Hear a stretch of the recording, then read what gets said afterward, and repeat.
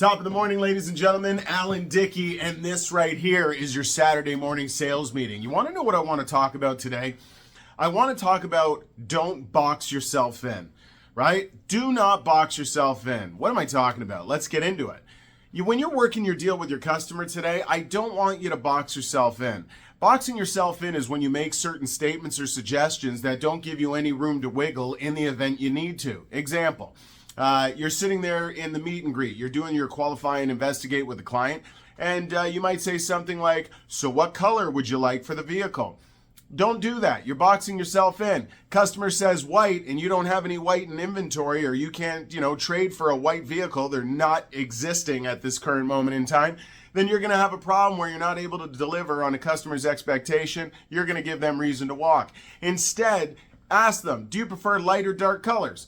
If they say, I want white, say perfect. So you're a bigger fan of the white or the lighter colors? Totally understand. We're going to get you that.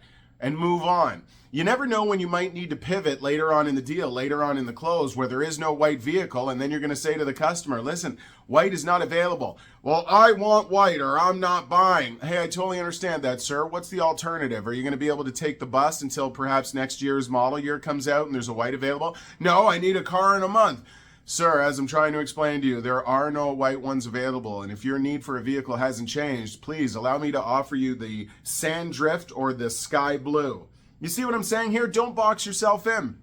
What else am I talking about? Well, in the same portion of your process, you could be doing the meet and greet, and you might say, what equipment do you want on the vehicle? That's not what I would say, but I know some of you are going to say that out there. Well, when they say leather and a sunroof, well, that sounds awesome, right? But what if you get through your sales process and there are none with leather and a sunroof? You always want to not or avoid boxing yourself in. A suggestion at that point would be, hey, totally understand that, sir, ma'am. That's fantastic. I do have a quick question, though. Would you entertain having a model that has no power group to it? It's just cloth in the vehicle, but it might save you upwards of, $70 to $80 a month in your payment. At that point, they might say to you, yeah, I'd look at that. And now all you're doing is expanding your options. You're also affording yourself an opportunity to really identify what's in stock and zero in on that. The other side of that question, if they do say, no, I want a sunroof and leather, this is a good position to be in as well, because now you know you are on the exact product and it's time to go to work. What I'm pointing out here, folks, and giving you a couple examples of, is you do not want to box yourself in during a car deal. You see, far too often people catch themselves in situations, irreversible ones, that they can't back out of, right? If you haven't properly qualified your customer and you get in on that leather and a sunroof option and the payment is $800 a month and their face goes like this when you serve it up, you're going to have a very difficult time saying, hey, we can get you the cheaper model that doesn't have any of this cool stuff on it and it'll save you $80 a month. That's not the time to execute on that strategy. All you're doing is making them feel as though they can't get what they want, and so they're going to tell you they need to think about it. However, when you do it in advance and you say, hey, that's amazing, leather and a roof. Can I also show you the model that has no leather, no roof, no power group, just an amazing vehicle with tons of room you're looking for, and it could save you upwards to $50 or $70 a month on your monthly payment? That's a time where they might say, yeah, I'd be interested in that. And then when you get into a close and you're saying, hey, it's $800 a month for the one with leather and a roof. And they're like, well, that's nuts. It gives you a chance to be like, you want to know something? I think it's kind of expensive too. However, doesn't it make sense to save that $70, $80 to just get into the vehicle that's going to afford you all the room you were looking for, and you guys can start planning that next camping trip, right? You see how you're able to keep the deal moving with this positive, upbeat dialogue, and everybody feels as though, yeah, I didn't want that anyway.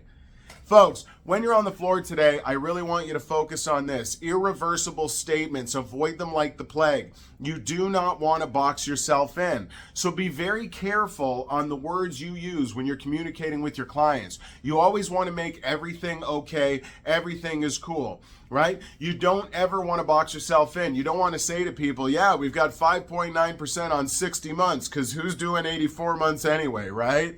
And then get to a point where the payment's so high that the only option you have to offer is extending the term, and now at that point you're making them feel like some type of different person who can't afford the 60-month term.